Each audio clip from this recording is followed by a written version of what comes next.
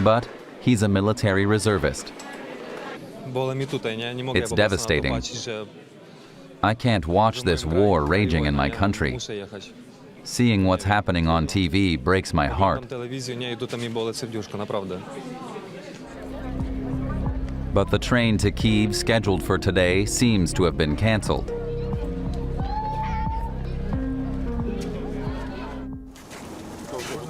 Less than 100 kilometers to the east, in Lviv, a line has formed in front of the local office for the Ukrainian military.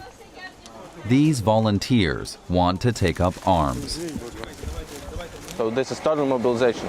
So we don't filter any of them. Every who want to join the army can do this. Women are signing up too, like Halina. She's a doctor and wants to serve in a medical battalion. We have to put up a fight. Ukraine has to survive. Others have collected used clothes to make into camouflage nets.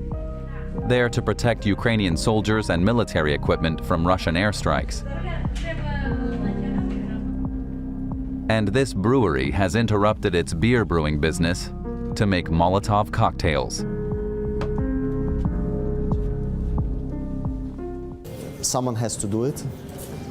We have skills.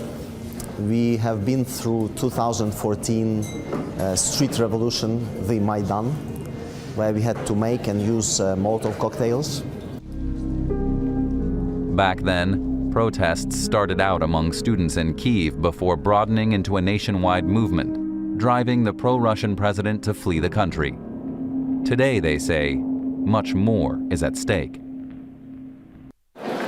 Evening sets in at Przemysł train station in Poland. Sergei isn't going anywhere today, but his phone keeps ringing. It's his girlfriend checking in with him.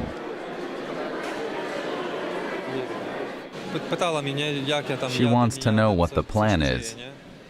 She wants me to come back, but I told her I'm waiting for the next train. I can't come back now.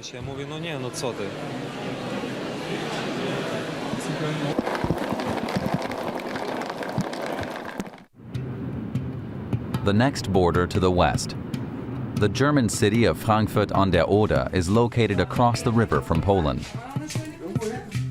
Mike works as a nurse, but right now he's got his hands full packing aid supplies.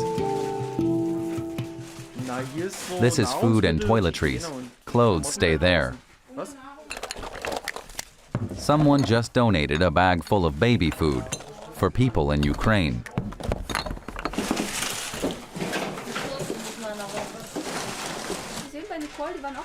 Mike and his partner Boba launched this donation campaign together. I'm from the former Yugoslavia and I lived through war as a child. My family lost everything. The day it all began, we were beside ourselves. But it gave us hope to stand up and say, we're not going to just sit here and take it. We're going to pitch in and fight against the war with peaceful resistance. A woman has just arrived with a donation for her homeland. She's Ukrainian. The response has been enormous. Aid organizations are already warning they'll soon have more donations than they can manage to distribute.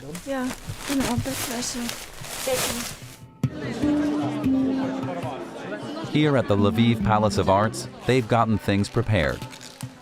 Just hours after the first bombs fell, volunteers set up a distribution center for the whole country. Yesterday, we sent off 50 buses to Odessa, Kherson, and Kyiv, and now regional distribution centers are popping up everywhere. And fresh supplies are already on the way. We've got Tatiana here. She speaks Ukrainian. That's no problem. The team is preparing to take off from Frankfurt an der Oder the next morning. Their original 6-car convoy has grown to 14 and is fully loaded. The aim is to reach the Ukrainian border by the evening. Some 100 kilometers to the west. At the Berlin Central Station, a train from Warsaw is just pulling in. Several trains operating specifically to accommodate Ukrainians fleeing the war arrive in the German capital every day. Some Ukrainians are simply transiting here, traveling to relatives or friends elsewhere in Western Europe. Little Mark is 8 months old. This is his first big trip.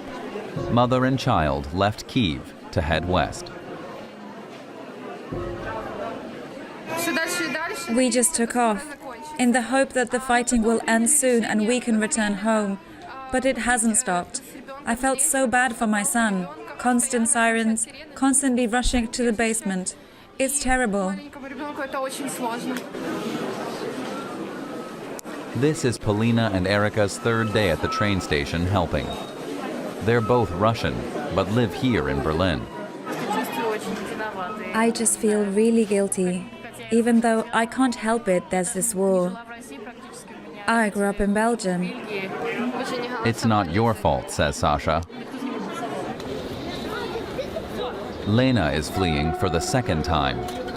8 years ago, when pro-Russian separatists occupied the Donbass region, she left her home and started a new life in Odessa. My sister stayed in Odessa with her 3 sons, along with my mother and father. None of them wanted to leave everything behind yet again. But we packed our bags and got going. They've been traveling for 6 days already, and their son urgently needs clean clothes. They need warm blankets and food to eat. Now they're heading to Hamburg, where Lena has relatives. I hope Putin won't win. I hope Ukraine will not just survive, but flourish.